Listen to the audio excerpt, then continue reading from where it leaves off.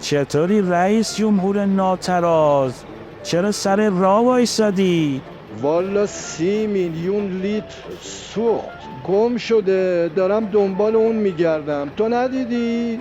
چرا اسکولوازی در میاری؟ و فکر کردی این تریلی من بارش چیه؟ آب نباته، سوخته دیگه. باشه بابا، دعوا نداریم که، فقط سهم ما یادت نره. باشه حاجی، هوا تو دارم، فقط یهو سوتی ندی یا جایی نگی یا. باشه بابا، دعوا نداریم که.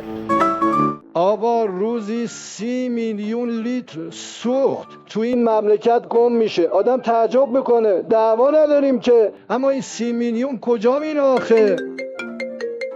الو پوزیده، این چه زری بود زدی تو آخه؟ تویی که میدونی سوختا کجاست گلت میکنی میگی گم شده.